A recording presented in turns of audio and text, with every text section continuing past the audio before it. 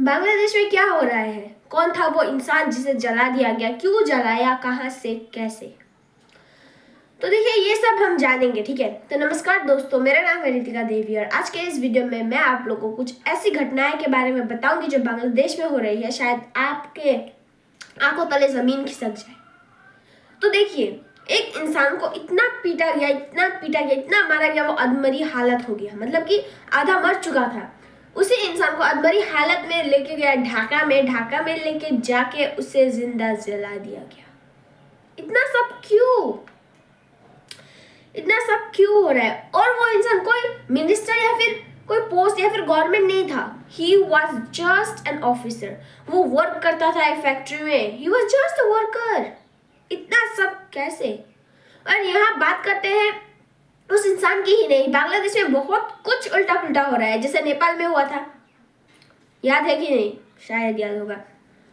जैसे नेपाल में हुआ था, कई सारे मतलब घर जला दिए गए थे, ऑफिसेस जला दिए गए थे, कई सारे बिल्डिंग्स जला दिए गए थे। वैसे भी बांग्लादेश में हो रहा है। इसलिए तो एक रात के अंदर अंदर इतनी आग कैसे लग सकती है बांग्लादेश में?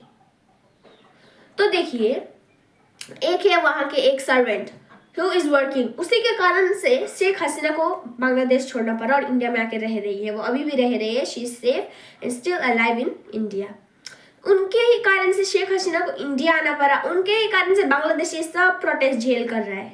तो देखिए, ये सब प्रोटेस्ट किससे बिगिन हुआ, तो मैं बताती हूँ। ये सब प्रोटेस्ट इसलिए बिगिन हुआ क्योंकि देखिए, वो इंसान which was controlling all over Bangladesh, ही, आप उसे लीडर भी कह सकते हैं, उसको एक इंसान या फिर मे बी सम पुलिस और somebody has killed, not even killed, उसको किसी ने गोली मार दी।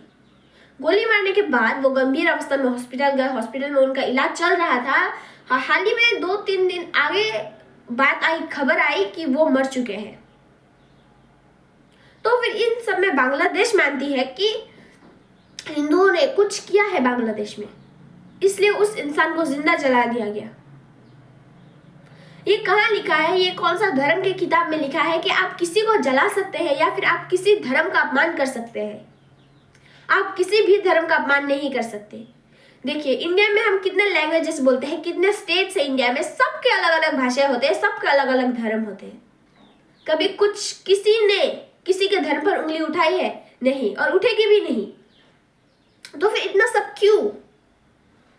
बांग्लादेश के लोगों में इंसानियत नहीं है ना? क्या है ये सब?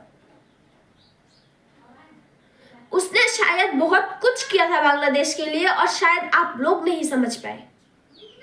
इतना खुफिया तरीका आप लोग कैसे कर सकते हैं? ऐसा कभी सोचा नहीं था उस इंसान ने कि मेरे साथ ऐसा होगा कभी। जहां मैं रहता हूं वहीं पे मेरे साथ ऐसा होगा। किसने सोचा था? ना कि उसने, ना कि गवर्नमेंट ने, ना कि peoples. No one has thought.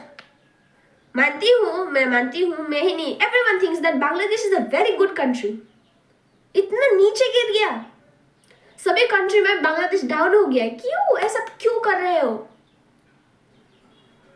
अगर हम सब एकजुट होते हैं तो हम देश को आगे बढ़ा सकते हैं, ना कि पीछे लेना चाहिए। हम लोग को देश को आगे टॉप पे पहुंचाना है। आप लोग तो पूरा नीचे लेके आ रहे हो। ये सब क्या है? I hope this may not be any more. मैं अपने बांग्लादेश के भाइयों और बहनों से दिल से यही निवेदन करती हूँ कि बांग्लादेश में कुछ भी गलत हो तो पहली आवाज आप ही उठाएं।